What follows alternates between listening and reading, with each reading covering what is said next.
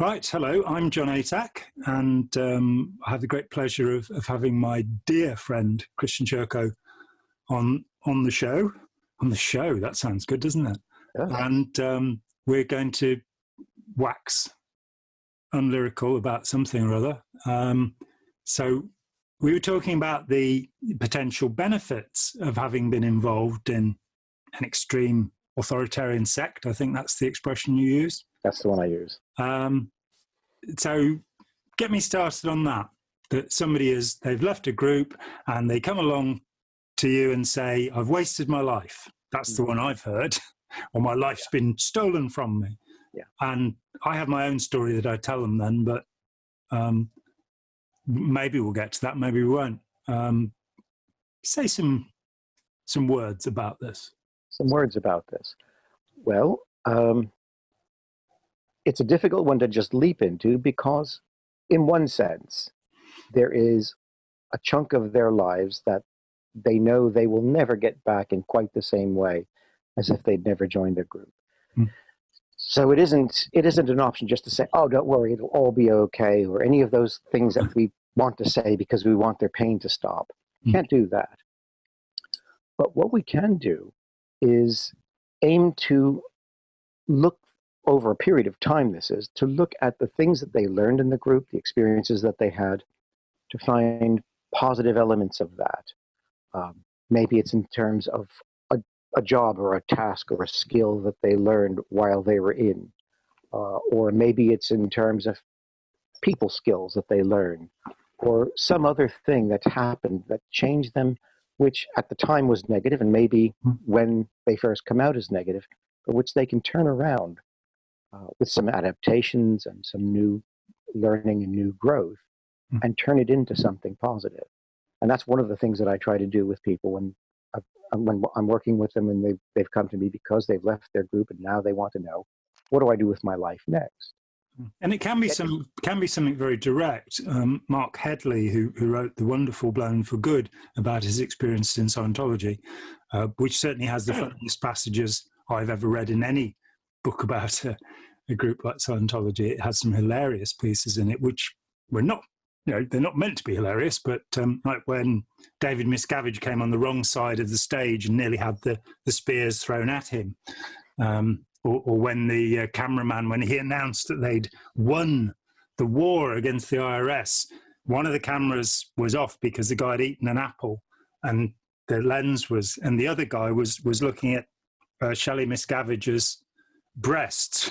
And so I think he says it cost them more than $100,000 to drop in, the piece where he gives his, after 2 hours of boring lecture that barely anybody could hear, I'm told.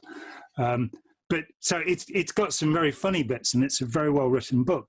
But Marc was able to leave Scientology with a skill set to do with engineering and recording and walk straight into work. So it can be that you learned a profession or a trade. That's one of the possibilities. Yes. And of course, that doesn't make up for all the other kinds of experiences that people have when they are being financially ripped off, when they're being abused in some way, when they're being humiliated and taught to feel shame about everything about themselves, and when they're taught to feel inadequate. And one of the really common ones is what on the outside we call imposter syndrome, but it's a very exaggerated version of that, where they have been taught over and over and over again to think of themselves as utterly useless and utterly worthless, always wrong, and incapable and incompetent, except for what the leader will do. Whatever the leader is peddling, that will make it up, and they'll be okay because of that. It's a very exaggerated form of the imposter syndrome, and it means that there's always this little internal voice saying, you think that's okay just because somebody didn't criticize you, but we all know you're really horrible and rotten and useless and worthless. And the imposter syndrome is where somebody feels that they themselves are not themselves, that they are, it can be experienced the other way around, where people believe that everyone around them has been replaced by somebody and it's not really their mum and dad anymore. And it is a recognized brain condition, but that can, as with anything else, we as human beings are very resourceful, and we're able to imitate any psychiatric or neural condition. We're really clever.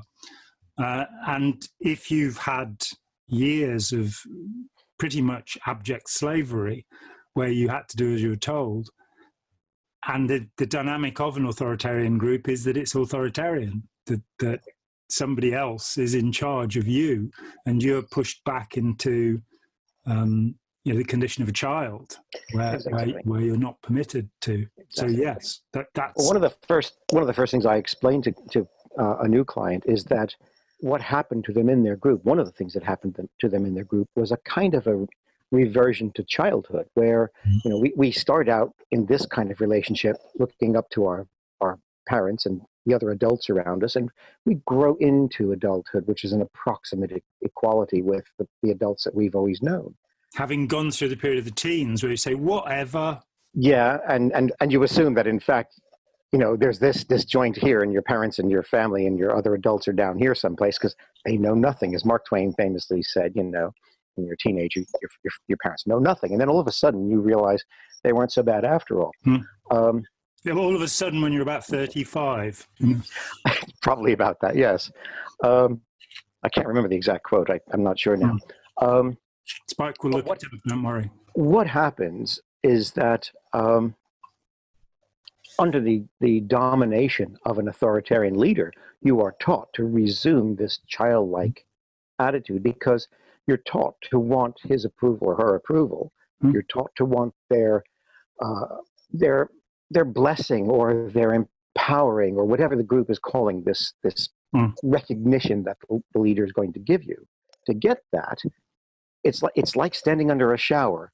The shower goes this way, and if you're outside the bathtub, you are not getting wet. And if you are not underneath the leader, looking up and treating him or her as if they are the answer to everything, they are not looking at you and saying wonderful things about you. They're not smiling at you. They're not letting you kiss their feet. They're not holding out their ring to whatever the group does. So the dynamic is the same. It's just the mechanism for displaying it that's different. But always the end result is either you agree to get down into a childlike position, in which case you become a member of the group, you become a disciple, or you say, I'm not doing that. I'm already grown up, and you walk out. And they're not interested in you because they've now found out, like a stage hypnotist who does a few tests to see who's suggestible. They've now found out you are not suggestible, and they're happy to see you go, because if they keep you, you will disrupt everyone else. You will be a troublemaker. You'll be a troublemaker, yes. You might even be a joker and degrader. Well, Leah Remini became a troublemaker, so yes, but it took her quite a while. Well, she should have tried some joking and degrading first, just to get it in there. But one of the things that I have to explain to people is this dynamic, so that they realize that now you're on the outside and you can resume this grown-up status. Until they do that, the tendency to feel like an imposter, to feel, I don't know how to do this job, I'm faking it, I'm winging it, and I'll come back to that in a moment, is very strong. And it's made worse, it's amplified by the fact that they don't even feel that they know how to deal with normal society sometimes. The group has enculturated them and institutionalized them so that there's a certain way to behave. There's a certain intonation of the voice. I always remember the 1970s and 1980s followers of Divine Light Mission, Guru Maharaji. And it's called Prem something or other now. Yes, Prem Savat Singh. Rawat Singh.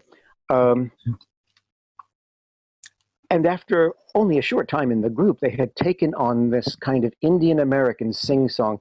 He at that phase in his life had a kind of an American hippie accent overlaid onto his Indian accent. Somewhat sing-songy at times. And I kept meeting these people who would have that same inflection to their voice. They could be Scottish, they could be English, they could be from Germany, they could be American from a different part of America. They could be anything.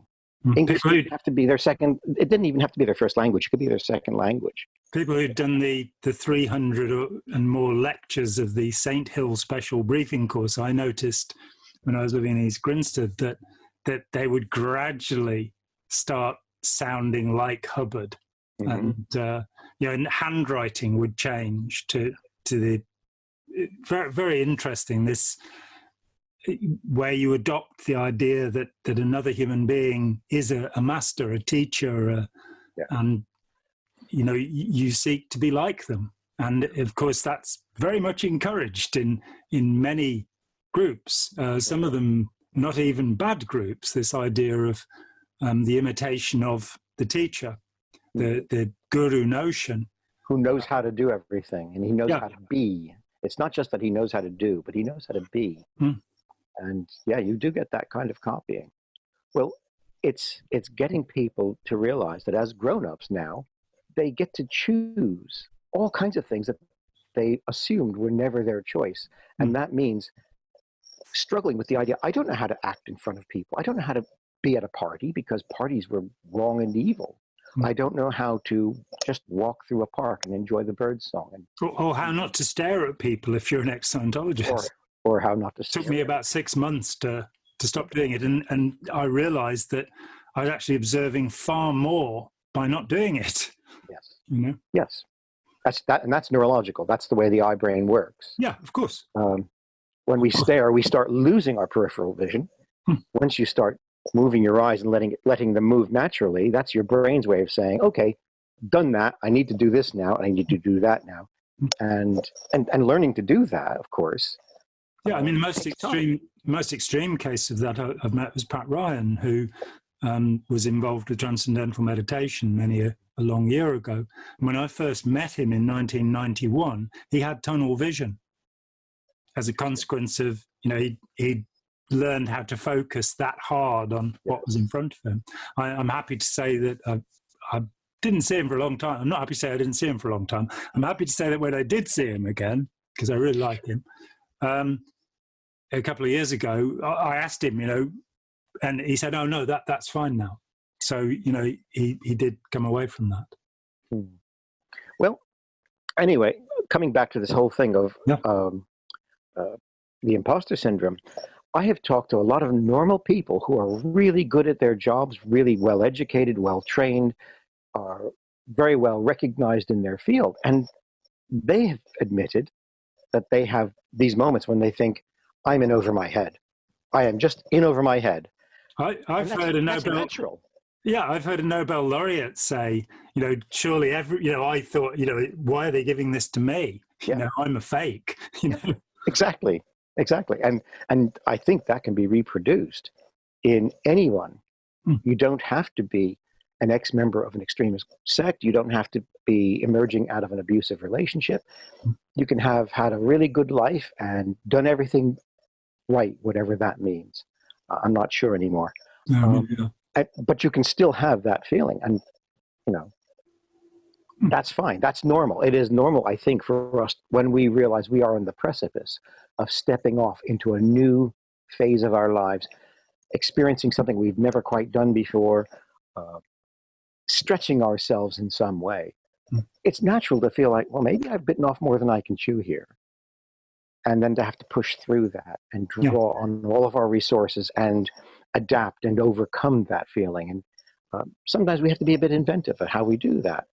But when you come out of a group which has spent so much time and effort to tell how worthless you are and how you'll never be able to function outside of the group, you'll never succeed without the leader, you'll never, in some cases, you'll never be able to live and physically live. And all of your ancestors will go to hell. Unless you come back. Well, there's that as well, yes. Or the planet will be destroyed. I have people now coming back to me and saying, we were told that things like this would happen if we left the group. COVID-19. Virus. Yeah. Yes, and they're asking me, is it possible that this could somehow be related? And you have to go through that and say, no, that is one of the ways that you were taught to be utterly dependent on the leader and to be afraid to be away from the leader. Like the person who left the Unification Church and got to the end of the street and wouldn't cross the street to escape because they'd heard somebody tell the story of how someone who'd left the Unification Church once was hit by a bus and killed. And that fear meant that they just sat there until they were collected and taken back. Yeah. And so getting people to be able to accept, for one thing, you were having maybe an exaggerated version of something that we all feel, in this sense that I'm a phony. But for another thing, that's built on top of other things that you were taught. And what we really need to do is look at the teachings and say, are these teachings true? Are they still believable? Yeah. And as you untangle all that, people suddenly realize, okay, just because I may not get everything right does not mean I'm a phony. It just means I'm working at my job and getting better at it and learning the skill and adding to it and developing and maturing. And that's okay. It's getting people to that realization that suddenly liberates them. It's okay if I look at a new task and say, I don't know if I can do that or not. That's okay. Everybody does that sometimes. But that puts me on my mettle to say, I've got to pay attention. And if there's a new skill going, I'll learn it. And that's okay then. Then they're ready to progress. And there is very much the expectation in a group that you'll be, you have to be able to accept everything that comes to you. One of the things that's said in Scientology about their C organization is that they can do anything with or without the tools. And I can remember, as I was very lucky, as you know, I was pretty much on the periphery and wasn't abused and humiliated during my involvement. But I can remember reading that and kind of going, so if you give a SEAL member a piece of damp string, they can make a nuclear power station out of it. It just didn't make any sense to me. But it's like a SEAL member can do anything, hatted or unhatted, trained or untrained. And you're going, I wouldn't let them perform surgery on me. You know what I mean? But there is this ridiculous expectation. Yes. Oh, yes. You could just postulate that, though, couldn't you? Yeah, I could just wish for it. And it's amazing what happens when you translate that word, isn't it? Yes, it Wishing is. and praying and hoping and thinking. But, it's getting people to realize that because they're free of this need to be absolutely 100% perfect every single time with every single task, and to realize that the fear of not being perfect is built on other things that were then hidden. It's like the foundation of a building. You only see the foundation when they're putting it in, and there's a hole there that they're constructing. And then they cover it up. And it's not enough to tear the building down at the ground level. You've got to get that foundation up as well. And getting people to see, well, you were taught that this teacher or that leader or this guru was the only reason why you could ever be successful at something. Let's look at how true that is, why it's true and why it's not true. And then let's look at what it means for it to not be true. If that's not true, then what does that say about your feelings of incompetence or your feelings of being an imposter? And then you take people step by step through that and deal with the emotions that arise from that. Because that's where the lock is, the emotions, generally speaking, shame, and a sense of unworthiness. As we unpick that together, then I start seeing people say, oh, wait a minute, I can try this. Now, where that becomes tricky is when the sense of being an imposter is tied together with a task or a skill or a job that has very negative emotions attached to it, where the job was being used simultaneously as a way of shaming them for every shortcoming imaginable, and a lot of shortcomings that didn't exist. But at the same time, they could not avoid it. They couldn't walk away from it. They had to keep doing it. It's like banging your head against the wall and being told you have to keep banging your head against the wall for somebody. Or cleaning the floor with a toothbrush and being told you have to keep cleaning the floor with a toothbrush. And the floor is not clean enough. The floor is not clean enough. Never. We have the white glove inspection in Scientology where and they really do it, put white gloves on and touch the surfaces. And if anything comes off, you've got to do it all over again. Apparently that's a military thing. A great deal of Scientology came from Hubbard's time in the Navy, his organization board and his notion of courts and justice seems to come straight from there. And I think the sailor suits probably come from there. They're actually Coast Guard uniforms, I believe. Well, he was never too careful about details. No, he just threw together whatever was happening in his drug-addled mind and sold it. And he generalized a lot. Ooh. Oh, yeah. And Did I say that out loud? Never, never, ever speak in generalities, as he said. That's right.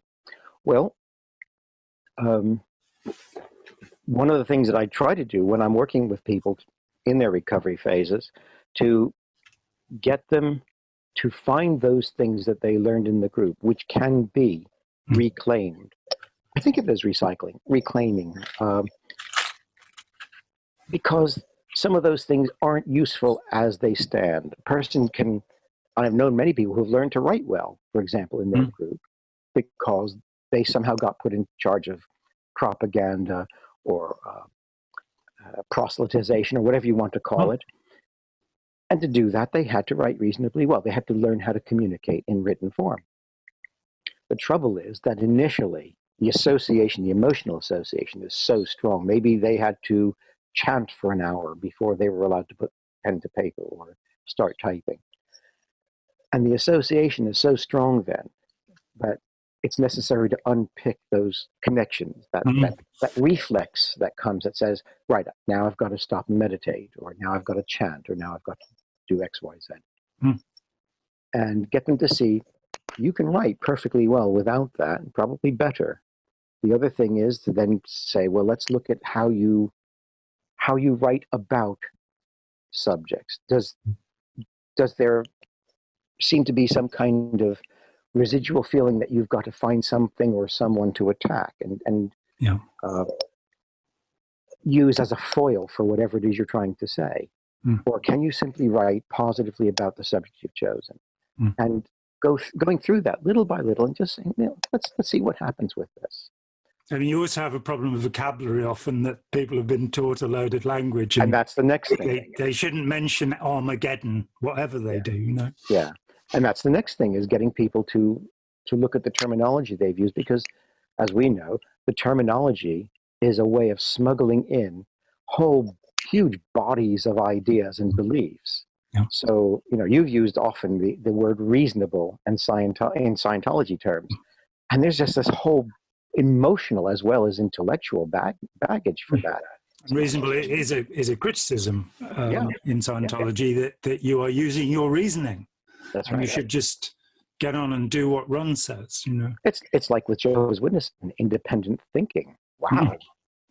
You want that? You ought to have dependent thinking, dependent non-thinking. Yeah. But as soon as you hear that word, the emotional reaction is so strong. And so it's necessary, as part of all of this, to find those little stumbling stones that people have where if they just try to do the thing as they did it in the group, it won't work for them and it'll become troublesome. And then helping them to say, well, I see now what I've been doing is X and Y, and I've got to put that aside. The skill itself is still good. Maybe they learned how to program computers, or maybe they learned how to write, or maybe they learned how to talk to people. Well, Richard Kelly told me that the skill he acquired in the Watchtower, which he left as a fairly young man, was public speaking. That he got rid of any concern about doing that. I only learned that after I left Scientology, and I was forced into situations where I had to address rooms full of people. And then I found, actually, although I performed as a musician and done that sort of thing, I found it very difficult. Yeah. But some of it is that you are pushed to acquire a skill. Jehovah's Witnesses are very good at knocking on doors. Yeah. They're very good at being rejected. I had a job of selling when I was in university way back. I had the job to sell, and I couldn't do it. The idea of we had to phone people first and ask for appointments, and it was the hardest thing in the world. It was just awful. And I don't know how, to this day, I don't know how people cold call people and feel comfortable doing it. I just do not understand. I lasted a week selling golden chemical products. What are those? When I was about 17 or something. What are golden chemical products? It's like Amway, that you're, you know, that kind of thing. You're selling cleaning products basically that are fundamentally they're just based in coconut oil. And I mean, the product was fine, but the pyramid that you had to join wasn't such a good idea. Yeah, you weren't going to make money that way. No. Well, that's the kind of thing that interests me, is the part where you find what people's skills are. I've seen people come out of their group because there was an emphasis on playing music, usually guitar, sometimes a keyboard instrument, occasionally some kind of wind instrument. And because the emotions were so strong when they were in the group and, you know, attached to the instrument and attached to playing it, it was a struggle for them. But once they were able to work through that and say, the message that I was carrying then is not what made the music. What made the music is an inherent skill in me. And as they learn to experiment with that and play with it a bit, they suddenly realize, yeah, I can play. And then they start finding their footing with that. And they just take off and they do what they're going to do with the music. Or teaching. Some people in the group discovered that they were really good at conveying information and teaching and getting a response from people that were listening to them. And I know several people who are now teachers who learned their skill while they were in the group, but it was only when they came out that they were able to put it to some normal use. But I do have to go back to this other thing of socializing, re-socializing, because as you know, when we're in the authoritarian context, there are so many kinds of communication that are not acceptable. They're triggers to the leadership that you are a potential problem of some kind. A potential trouble source. A potential trouble source in Scientology. But you're a troublemaker in any group if you start asking questions of the wrong kind, for example. There are good questions like, and what does the master say about blah, blah, blah, blah? Well, how much should I make this check out for? Well, that's also a good one. There are also bad questions like, how do we know master is right when he says blah, blah, blah, blah? And that will get you closely examined and watched in some groups, many groups. But learning that you can come out and you can say to someone speaking, are you sure about that? Or why do you think that's true? Or I'm not sure about that. Learning to feel comfortable with that. So we actually model that during the work I do with clients. We model that kind of thing. One of the first things I tell any new client is everything is up for questioning. There is no such thing as a question that you can't ask me. There's no such thing as something I don't have to answer for. If I do something or if I say something and it upsets you, you come back to me and you say, I'm not happy with that. Because they have to learn that they're no longer in a space where they aren't allowed to do that. That's part of what they've left behind. And real socialization, healthy socialization, is when we can interact with each other honestly. And so if I have a doubt about something, I can say, you know, I'm not sure about that. I'm not comfortable with it. I'm not clear about what you meant, or whatever the case may be. And that's a skill. Some people actually find they become very withdrawn because they don't want to make a mistake in social situations. Yeah. And that too has to be talked about. One of the things for me is there's also that you, by seeing what was wrong in the relationships within the group, you know, that you're not allowed to ask questions, that gives you a way of looking at what would be better. And I think, you know, there's a lot of talk about attachment theory and all of this kind of stuff, which is quite interesting. But I think about just relationship and how do we relate to other people. And I know that, you know, your mediated dialogue is a very important way of looking at this and saying people need to be able to express themselves. There needs to be a level playing field. That if you treat somebody as an idiot or an underling, then it doesn't matter. You know, it's not the right way to be. And we don't have to accept that kind of treatment. We can be assertive. We can learn to, you know, though people get, you know, very upset about that. I was accused of being intimidating because in went with my daughter to an assessment, a health assessment meeting, and I wrote down on a piece of paper the sentence that the woman had asked her. And I was accused of being intimidating for making this note. So, being assertive, I was perfectly polite. I don't insult people. I don't raise my voice unless somebody raises their voice to me. I certainly don't shout at people. And I think that that's a proper way we should respect other people, all other people, whether they're babies or, university professors even, I'm quite respectful to occasionally.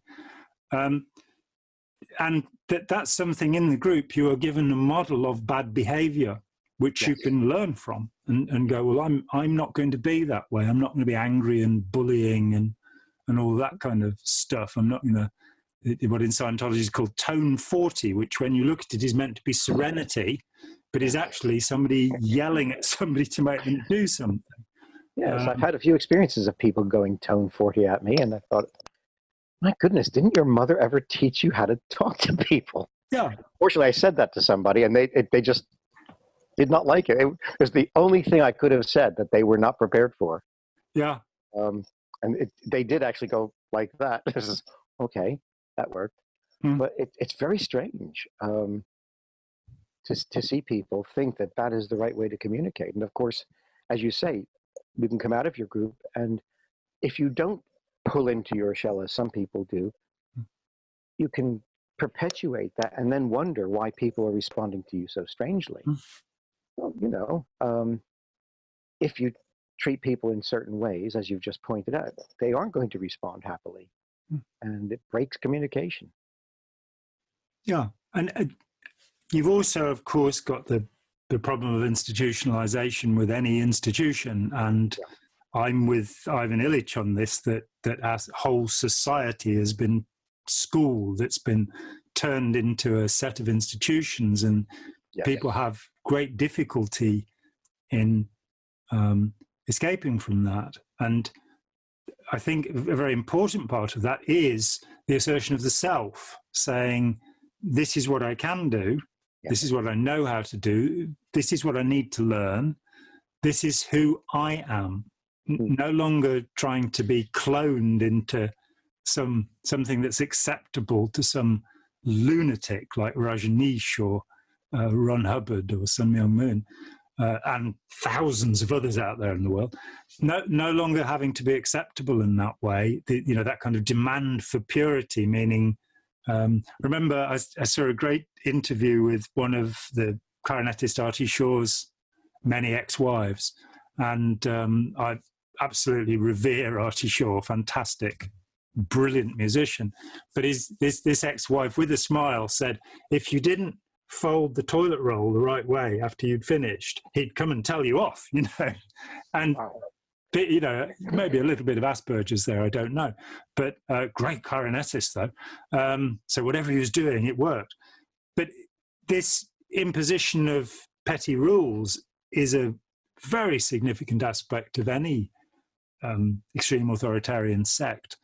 And learning that the delight that you can have, that you don't have to do that anymore. When my friend Carmen, 17 years after leaving Scientology, realized that she could use scented products. So she actually used a scented laundry conditioner, and we hadn't talked about it, Right. And it was, for me, it was a great moment that she'd realized that you can look at the petty rules and you can say, well, that's nonsense. And you said earlier, a lot of it is examining the beliefs that you've been given and being willing to do that it's okay, that you will not be struck down by a bus if you cross the street, but to be human, to be adult, to be mature, means being willing to ask, to question your own unquestionable assumptions, that these things that have gone in, and say, well, do I really need to behave that way? And it actually, sometimes, having belonged to such a group is a tremendous advantage. In some ways. Sometimes, in some ways, because you've had an experience that if you'd lived to whatever age, you know, in princely splendor, with everything in your life tended and cared for, then you would be a spoiled brat. And that's where you'd go. If you suffered hardship that has not overwhelmed and destroyed you, then it can be integrated, it can be digested, and it becomes something, you know, I know some Sufis actually pray for hardship because that's the only thing you learn from. Well, you can learn from a few other things, but I must say that the traumatic experiences of my life, you know, now that I'm not banging my head against the wall, it feels so much better. That I have learned, you know, the few things that I have learned from difficult experiences. The philosopher Schopenhauer, and I've never read Schopenhauer, but apparently he said towards the end of his life that the most advantageous things are often where your purpose and intention was thwarted, and you didn't get to do what you wanted to do. You had to go off in another direction. I mean, for me, for example, running a YouTube channel is because I couldn't get where I was going by writing, because that is gone. You know, the people do read occasionally, but you know that it surprised me when I sort of sat down and I read out a couple of papers that I'd written 25 years ago.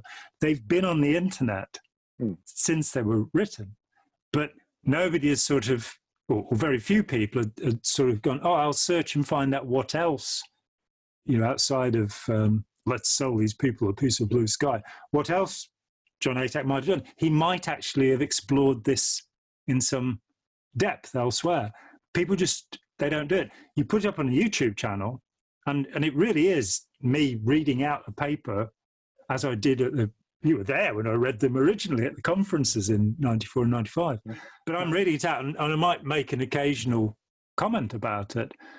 But that's got me thousands of people, you know, who are interested, because here is this medium. And I didn't come to this because I wanted to start a YouTube channel. I came to this because what I was writing was not getting through.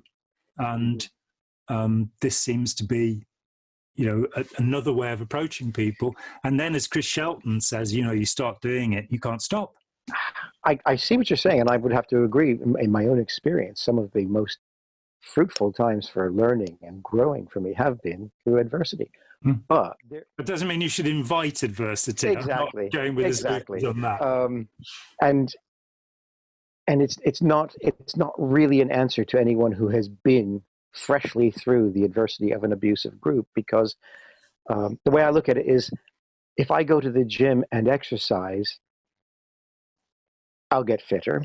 If I go to boot camp and end up being thrown into a war, I will have gotten fitter. But between those two, probably going to a gym is a safer and wiser all-round choice than going into a war zone. And a lot of these folks have actually been in war zones, and they weren't even given the option of going to boot camp first. They were just thrown in and shot at. They were just cannon fodder. I see the point, but there's a little part of me that pulls back and says, I bet it doesn't feel like that. Well, I know it doesn't feel like that. And when a person has come freshly out of their group, all they have is the pain. They don't have the hope yet. No. And so part of the impetus for me, part of the impetus of recycling, when we get to that stage, and different people get there at different points in the process, part of the impetus for encouraging recycling is to be able to say, okay, you've been through all this pain, you've been through all this abuse, you've been through all this horror, and you have had to face the fact that so many things are gone forever. Let's see what's left that is yours. Let's look at the strength that you had to walk out of that group after all that happened to you. Let's look at what it took for you to do that and to make it work, so that you're sitting here working on recovery and not sitting in front of the master being bludgeoned verbally or otherwise yet again in front of everybody and further humiliated.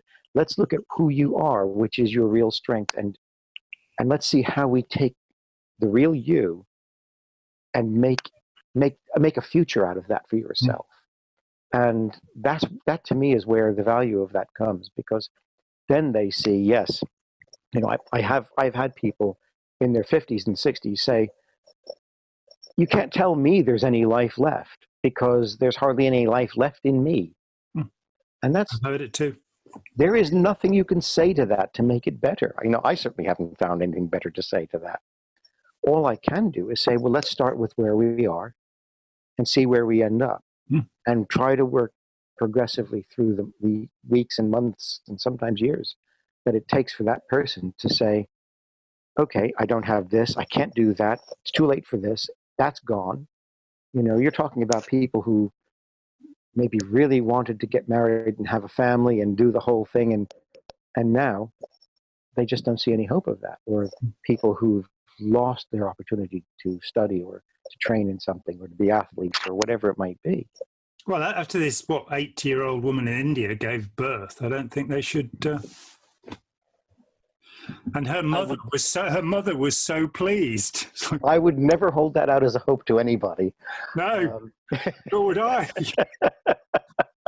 But I will comment on exactly that. I have a friend who's now in his 50s, who's not been involved in any group, and he wanted to have children. He's extraordinarily good with children, and here he is in his 50s, no relationship, no kids, and he said to me, well, you know, it's too late. I'm kind of, well, you know, one of my brothers was in his 60s before he had his last child so far. I don't think he's planning on any more, but, you know, and you know, you could meet somebody who has children, who, you know, and he would be a very good parent. He's a very, you know, and so I think sometimes people disappoint themselves a bit too much. I also almost always mention Viktor Frankl in this context, that Man's Search for Meaning, his bestseller, which has sold 9 million copies or something. The thought that you could write a book about your experiences in Dachau and Auschwitz and make something that actually cheers people up is really quite remarkable. He was a very remarkable man. And I still think that his logotherapy is something that people ought to become acquainted with in this strange world of psychotherapy in which we are now living, with EMDR and schema therapy and all of these things out there, which to me seem more like authoritarian groups than they do therapeutic systems. But that could just be me. But Frankl's logotherapy... There's arguments to be made. Yeah, Frankl's logotherapy is a very interesting adjunct to psychotherapy, because he said there is a presumption that really we all ought to be atheists and existentialists, which he met, you know, in the 50s, of course.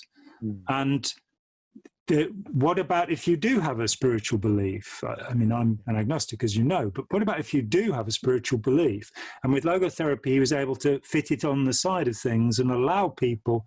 I mean, again, that's something that's, as you know, very important to me, that if somebody comes to me and they believe something, I'm here to, as long as it's not something that's going to harm them or anybody else, I'm here to encourage that.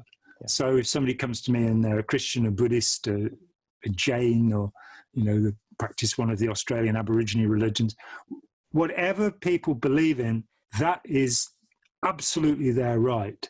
And so to help them to become a better Christian in their own terms, or a better Jew, or whatever, is valuable.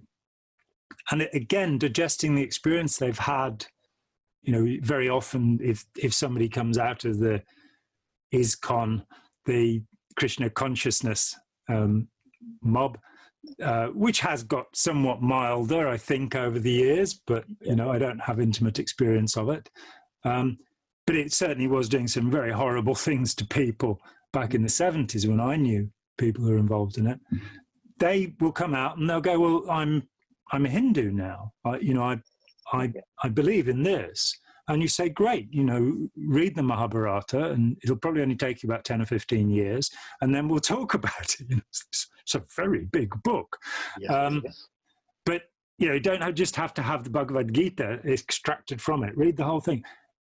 Follow your sense of self, as Joseph Campbell said, follow your bliss, and understand that there's some part of you that belongs to you. And yes, we have to find money, and we have to deal with the catastrophes of life, the emergencies of life. But it's all right for you to enjoy yourself, which again is something that so many people that come away from the group. I remember talking to a woman who'd been in Scientology for 20 years, and she said she came out to look after her mum who'd had an operation, and she was walking around the supermarket pushing a trolley going, these poor people, all of these poor people, they're living in this terrible situation. This idea that if you don't have the way, the truth, and the life of your particular guru, that you are damned to hell and useless in the world, it's an awful thing. And part of that is that while you're being reverted to a childlike obedience, you're not being reverted to a childlike perception of the world, where the world is a wonderful, joyful place with full of beauty and splendor, as well as all of the catastrophe and calamity. And so developing a self where you're saying, well, Campbell said, spend 20 minutes a day doing something you really want to do. Yeah. And that could be a jigsaw puzzle. It could be meditating. It could be listening to Artie Shaw, which is always a very good idea, by the way. Sidney Bechet is pretty good too. If you're into Benny Goodman, of course, the clarinet. But something that belongs to you, that you're not doing out of duty or responsibility. Well, that's an interesting point, because, again, part of recycling is rediscovering all those things that people were shamed into giving up when they joined their group. I know people who had 3,000 and 4,000 and 5,000 pounds worth of musical equipment, instruments and amplifiers and the rest. They join their group, and the leader says, right, well, that's from your old life, your impure life. And they took it out and burned it. I knew somebody, before I came to this country, I knew somebody who had a really, really expensive handmade guitar. He was a good professional guitarist. He had a really beautiful guitar. And it cost him, I don't know, a couple of $1,000s back then. So, this was a good guitar. And he had a good amp and the rest of it. And one day I get a call from him, and he says, I want you to come in and see my bonfire. Well, as it happened, I couldn't go to it that day. I wish I had, because I didn't know until afterwards what it was he was burning. He'd gotten involved with this weird thing, and he took the guitar, the amp, and everything else to do with his music, and burned it all. The bonfire of the vanities, was it Savonarola? That's the sort of thing it was, yeah. It was the painter Botticelli, Sandro Botticelli, became involved and burned paintings, which is something I will never feel good about, Well, I just, the thing is that sort of intensity meant that from then on he stopped being musical. Yeah. So for someone like that, they come out, and part of the recycling, as I like to call it, is saying, who were you before you joined this group? What kind of things did you enjoy doing? And how did that express itself? And have you done any of those things since you've left? And what about trying to go back to them? Now, obviously, this is not something that works in the same way with a second generation person. I was born in their group, the so-called 2G people. They're born in. They have no prior to 2G people. Did you just say 2G people? Afraid so. Yes. I just SGAs. I just hate it that we've got a loaded language that we're using. We have. We Yeah. have. I And call thank you for pulling me up on that. I call them born-ins, because Well, they seem to understand that they were born into the group. yes. And because you also get the third generation adults, and it's like, well, I'm a TGA, and the fourth generation, well, I'm an FGA. It's, it seems a language invented just for the sake of inventing a language. But Well, that's just I think it's language for the sake of being lazy. And I thank you for pulling me up on that. I will drop that term. okay. Having been given it by somebody who was a second generation. And we're up to 5G now, aren't we? Oh, I know. I know. That's really bad. They obviously are in an older sect. Wow. They're not in a new religion. They're in an older new religion. Yes. Okay. And that's a whole other subject again. Anyway, tradition. Anyway, but helping somebody to say, let's go back to that. You used to write poetry. Why aren't you writing poetry now? You used to write music. Why not? Let's see what happens if you write music. I actually have had people who had been musical, and I've said to them, how about taking some of the emotions that you feel about what happened to you in your group and expressing them in music? Doesn't matter if it's great music. Doesn't matter if you ever want to share it with anybody else. See what happens when you take that emotion, whether it's disgust or anger or shame, whatever that emotion is, put it into music. If you want to share it, I'm happy to listen. If you don't, it's yours. None of my business. But see what happens. And for many people, that's a kind of a breaking through, reconnecting their emotions to their music, reconnecting their emotions to their poetry or to whatever they're doing, pottery or whatever it may be.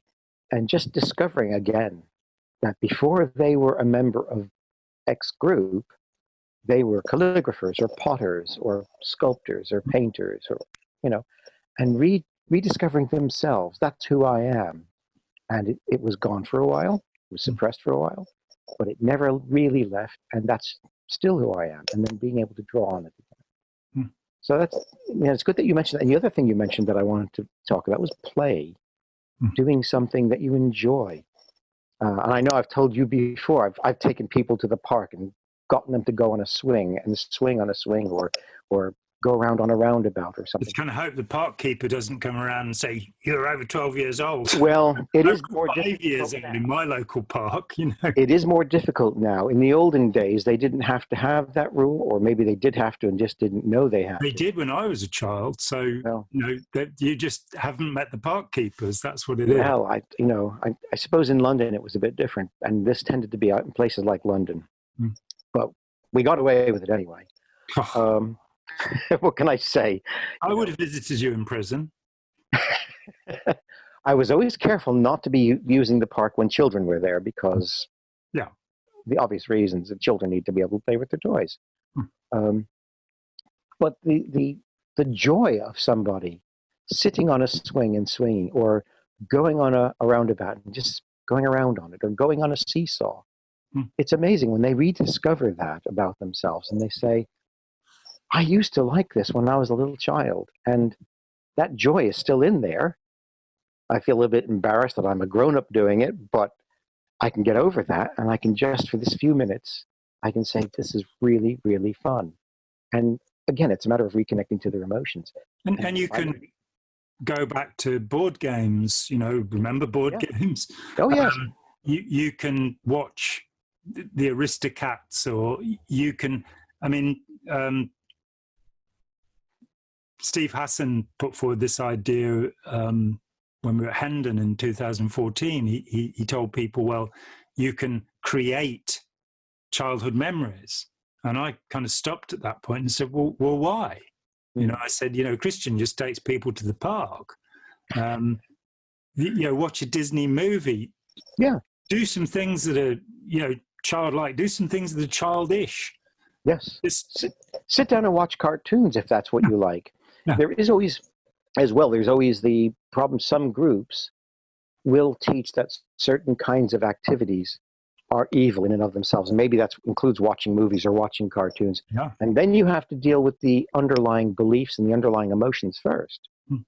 But once you get past that, the rediscovery that, gosh, I like Marx Brothers movies, and who wouldn't?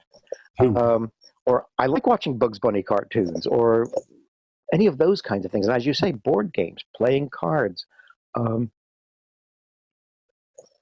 You've just reminded me of somebody who took up skipping rope after 22 years, I think it was, from the age of about 14 or 15, when their parents joined the group. And they went in, and skipping rope, you're not doing that anymore. You've got things to do, you've got work to do. Yeah. And they came out and they suddenly one day saw a rope that a child had left somewhere in a park or something, and they just picked it up and started skipping. They discovered they really enjoy it, so they went out and bought a rope. And Right. it's that willingness to say, I need to find who I was again. I need to claim that back and say the group tried to take that away from me, and it's not theirs, it's mine. And I'm recycling it. This is part of my new joy, not part of my old guilt and shame. Yeah. So that's the kind of thing one of the kinds of things I like to do with people, where it's appropriate. Some people, it's less of a problem than others, and you don't beat the dead horse. But for some people, it really is an issue. And for born-ins, that they have the situation that they can create Yes. a new self by, I had a former Jehovah's Witness, delightful woman who she floored me because she'd read a book I'd written. She'd read Opening Minds, and she said, John, can you teach me how to think? And it just, I've been thinking about this for the last 3 years. I actually wrote to her last week and said, I haven't forgotten, but I don't actually have an answer to that question. I could, it's one thing to kind of be able to think. It's quite another thing to analyze and break down and work out what you're doing. And I've read all sorts of things. I read Thulis on critical thinking and the people who came after him. It should be pointed out that he actually became pretty much a spiritualist. Having launched the subject of critical thinking, he became a very credulous believer in extrasensory perception, what have you. So, even so. But I haven't found anything that, I could recommend. I recommended Derren Brown's book, Happy, which I think is an excellent book about living in the world. And it's written from the perspective of an atheist. So you don't have to believe anything, which can be quite useful. I had her read my version of the Tao Te Ching because this is a very straightforward set of statements about the world. You don't have to find out which way Mecca is or do anything. The idea is it will stimulate thinking, but it is a tremendous problem that are born in second, third, fourth, fifth, sixth generation adult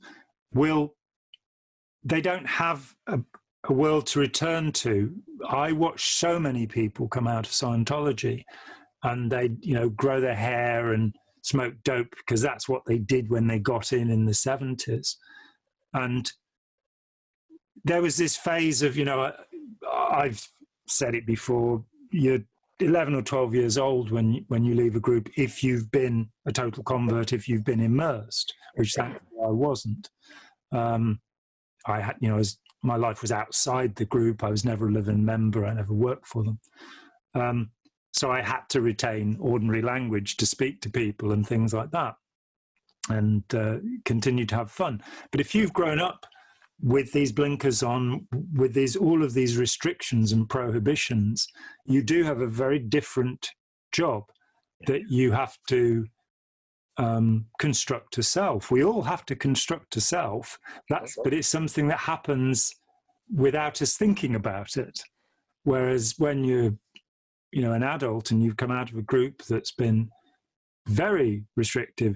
I remember when I first met Frances Peters, that she told me that I think she was 44 or something when she left the Jehovah's Witnesses, and she went and got a job, and she went to a store and she asked for basically the lowest job possible, and explained that she should be treated like a teenager because she had no idea how any of this worked.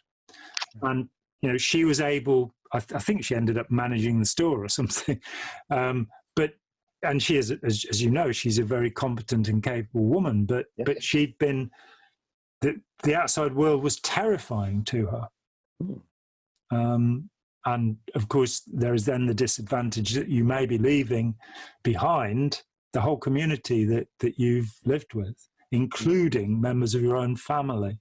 Yeah. And I don't think any of us should belong to a group that tells us not to associate with our own family. You know, I think that, you know, the freedom of association is a fundamental human right, and I think it's despicable to shun people or disconnect from them, ostracize people, unless you're in a situation where somebody is directly abusive towards you, in which case it's a good idea to get out of Dodge. Yeah. But so, even so, somebody who's born in can recycle many experiences and many discoveries, and start to take delight in the liberation. For me, leaving Scientology, when it hit me that I didn't believe in any of it anymore, the sense of liberation was incredible. I no longer had to squeeze my thoughts into this. I'd written a novel which was pretty much trying to fit together all of these Scientology concepts. Thankfully, I've lost it. It's with Excalibur somewhere. Yeah, exactly. One of the 4 versions of L. Ron Hubbard's famous Excalibur, which made people commit suicide when they read it, so he claims. So a guy who read it, who said he'd be quite happy for his 4-year-old to read it. That was how dangerous it was, really. But to not have to think in that way, to be able to go and, you know, read Spinoza or Aristotle or what have you, and decide which bits of it I like, which bits of it I understand, which is often the problem, really, I'm afraid, that I can integrate into my way of thinking. And that way, life becomes an adventure where conforming yourself to the patterns laid down by a malignant narcissist, a borderline personality, a psychopath, or in Hubbard's case, and probably in various other leaders' case, somebody with temporal lobe epilepsy, who has a crazy sense of certainty, you know, along with, you know, people with temporal lobe epilepsy can be absolutely fine. It's not a thing that morally disables people. He was morally disabled. You know, he was somebody who was solipsistic, who was, you know, totally involved with himself, and we were just bits of his imagination, I'm pretty sure, as far as he was concerned. But to come away from that direction, the relief of going, and we hear it, the story is often told, you know, the person leaves the group and you go to a restaurant with them and they can't choose something from the menu. They have to go, what would I like? Yeah. And getting them through that place to say, well, what do you like? What do you like? Yes. You know, what is it not sinful to eat, but what do you like? Mm-hmm. And to blossom into selfhood from, which I think many people, when they get into such a group, often in their teens, often the college years are the years where somebody is most vulnerable, because they're now meant to be adult, and so they make the decisions, and mum and dad don't make the decisions, and they have, you know, there's a much stronger sense of infatuation when you're a teenager. You connect to things much harder, it means that often people didn't really develop into adults, then joined a group and were reverted back to being, you know, 11-year-old slaves. Serving the fantasy of a lunatic in many cases, like Rajneesh or whatever. Having said that, you don't have to be particularly young. And Rajneesh proved that by attracting professionals in their late 20s and in their 30s and even in their 40s. It was called the PhD cult for a while. Yeah, for good reason, because an overwhelming percentage of his members were master's degrees and better. Well, you've got the midlife crisis period, and then you've got the retirement period. They're the 3 times where, you know, the life... he was pulling in people in the middle of their successes in places, out in California in the boom of the self-realization and self-actualization and all the rest of it. And he was just pulling all these people in and virtually taking them wholesale in and turning whatever they were doing into some form of illumination or enlightenment. And he was the worst kind of charlatan, which is something we will doubtless talk about later. But I watched Wild Wild Country, which I felt was very well made, and it was very interesting to see what the aristocracy of the movement had experienced. But I wanted to know about the grunts. I wanted to know about the people who were working a 17-hour day, 7 days a week, and what had happened to them. Yeah. And it didn't really, there was no insight into that at all. But I became very fascinated by Maranand Sheila. And so I went and read her autobiography. And in her autobiography, she cites two quite long passages from Rajneesh's work as these great teaching stories. And I recognize both of them. They come from Paul Repp's Zen Flesh, Zen Bones, and they're completely mistold. So he tells a story about which is actually about a man who became a great sword master, whose master for 10 years he'd be the servant and the master would come and hit him with a stick. Yeah. You surely know the story. And Rajneesh, when he retells his story, says that he became a Zen master as a consequence of being chased with a stick. And he didn't even bother to remember the stories properly. Not only didn't he know them, but he didn't understand what they meant. And people were going, oh, wow, And Maranand Sheila, of course, is saying, even though she followed his instructions, and I believe her in that, she did what he told her to do, and she went to prison for it because he told on her and got out of the country, even though he was under a vow of silence. And that she is still saying, I love him completely and he is my master and all of that, which is really, truly awful, Well, that's your kind of typical abusive relationship. The woman or the man that's being beaten by the spouse, and then when the police say, would you like to make a complaint? No, I deserved it. Yeah. Yeah. And, it's that same kind of thing. Yeah. So on the subject of recycling and making sure that we get the plastic and the paper and the glass and everything properly separated. Yes. Is there anything you'd like to say to round it up? We can always come back again next week.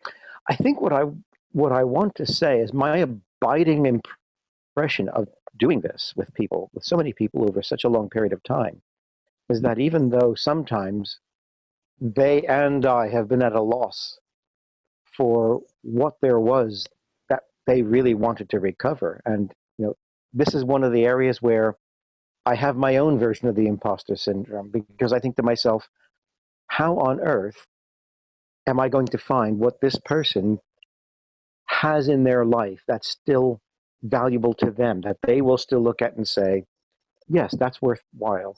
And we start out, and I think we both end up seeing it from a different point of view, because we start out thinking, what's left? This person's life has been burned over by this leader, and what is there left? And then as you begin talking it through and you begin exploring, and as you're doing other things, because this is just one aspect of what I try to do with my clients, and all of a sudden you might be doing something entirely different. And it could be helping them to get copies of their birth certificate if that's been taken from them by the group, or get a copy of their passport, as has happened sometimes where the group has kept that. And you're talking about something entirely different, and then all of a sudden something pops up and you think, there it is, that's the thing. Yeah. I work on the principle, or on a principle, that the people who come to me very often have an instinct of what they really need to do. And what they need is the encouragement to trust that instinct, because they have been taught never to trust themselves. They've been taught, if it's in your mind, if it's your idea, it's always going to be rubbish. And getting them to say, I really would like to go and listen to this concert, or I really want to go into the library and take out that book. That'll be good for me, not, oh, that must be a bad idea. So I try to encourage them all along the way, even in all the work we do together, to say, I've got an idea, and it's not a bad idea. It might be good. So I'm going to try that. Mm.